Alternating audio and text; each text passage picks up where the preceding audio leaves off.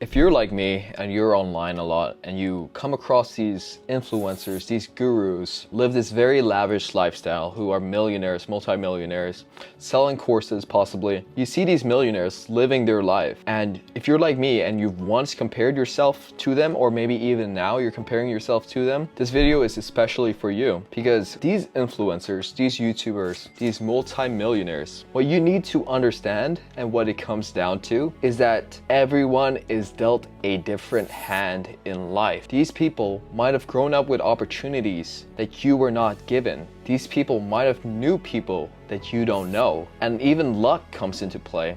There's a lot that people might not show online. They might have a different lifestyle than on the camera. And it's possible that they don't even show that to their audience. See, Hamza and Iman Gadzhi for one. Now, nothing to take away from Hamza or Iman Gadzhi. They've accomplished some great things, spectacular things. And I'm not saying that they don't live a lifestyle that they show on the internet, but I myself have compared myself to Hamza and Iman Gadzhi a lot. Now, I've never really got into Iman Gadzhi's videos, but I've seen him a lot of places. I've seen him all over the internet. And I see a lot of edits related to Iman Gadzhi. And I used to compare myself because now, if I'm looking at it right now, there's no way I can accomplish what he has accomplished at 23. I'm 20 years old, I have 3 years left before I become his age, and there's no way that I could accomplish close to what he has accomplished in life. Now, with that mentality, comparing myself to Iman Gadzhi, it's very quick, it's very easy for me to get depressed, for me to feel demotivated. What's the use? What's the point? This guy is years, if not decades ahead of me, and he's only 3 years older than me. See, when it comes to that, everyone has a different hand in life. Just as I mentioned before, I did watch a podcast with Hamza and Iman Gadzhi, and he mentioned he doesn't look at your age or other factors, he looks at how long you've been doing something. And because he's been doing it for some time, that's why he is where he is in his life. He probably started at 14, I believe, and I started at 17. Honestly, I've been on and off with self-improvement. I've been on and off with business and whatnot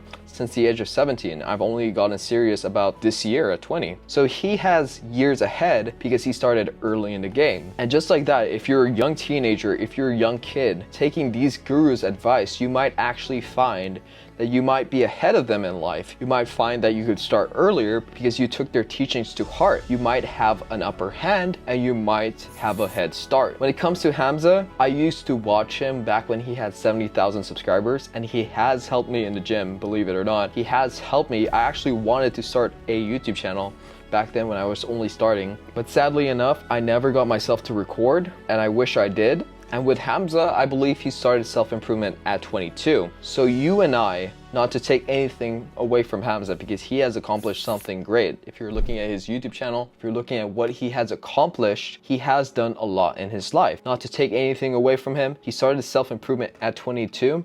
You and I'm 20 years old, you might be younger than me, we have an advantage. We can learn from his teachings, we can learn where he started and where he is now. Instead of comparing ourselves to all these gurus, if we take their information to heart, we might have more knowledge than the majority of people who don't even engage in self-improvement. Instead of taking these gurus as a comparison, take them as inspiration. I watch Iman Gadzhi edits a lot. As I said, I've never really got into his videos, but his edits really inspire me to see where he started and to see where he is now. Whenever I watch those types of videos, I vision it for myself. It's a big inspiration to me. Every time I watch those videos of him, I see myself getting there. And that only gets me to work harder because I realize that I won't be able to get to the place I want to go if I'm not willing to put in the work. Now, it's a bit different when you look at these gurus, and you might think that you're a failure when you're comparing yourself to these gurus, but what if you've actually failed in a business, in life, in an endeavor? If you actually failed in one of these things, you might feel more of a failure, not just because you're comparing yourself, but because you've actually failed in an endeavor.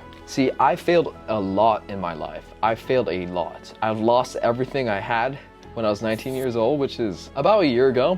I had many failed businesses. I've lost a lot of money. I've made a lot of bad financial decisions. And it's really hard because you have that voice in your head that is worse than people telling you that you are a failure or you can't do something. That voice in your head telling yourself that you might be a failure is more powerful than anyone else. If you struggle with this, I will be making a video on how to deal with failure, how to get back from it, and how to keep moving forward. But to sum it down real shortly, you've got to realize that you are way ahead from where you once started. That you can't give up now because you're so close to the goal.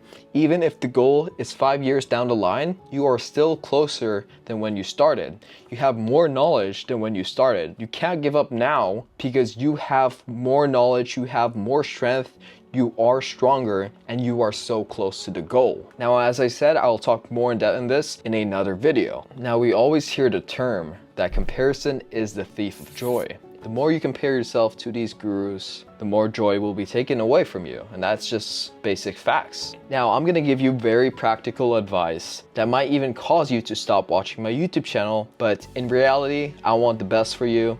And that's why I'm gonna give you this advice. A lot of YouTubers won't give you this advice because they care more about you engaging in their content than they care about you as a person. But I'll give you a secret right now. The trick is to not be a consumer, but to be a creator. See, if you consume a lot on YouTube, if you consume a lot on Instagram, if you consume a lot on social media in general, you're gonna start to see highlights of people's lives. And I said highlights because that's what they are. Most of the time, that's not what they live on a day-to-day basis. Those are the highlights that they post on their social media. Now, if you're a consumer, you're gonna engage in this type of content every single day. Now, being a consumer is okay for educational purposes, maybe a podcast and whatnot, but with these influencers, with these gurus, it's actually best if you can apply self-improvement without watching their videos, and even mine as well. Tell me, when's the last time you watch a Hamza video and he hasn't mentioned how much money he's made in his life? Mention one video where he's not talking about how much money he's made. Now, there might actually be one, but every video I've watched is Hamza talking about how much money he's made. And again, not to take anything away from Hamza, that might be motivation for you to lock in and get your finances in order. But then it can also be a comparison. You might compare yourself, think, oh, I've made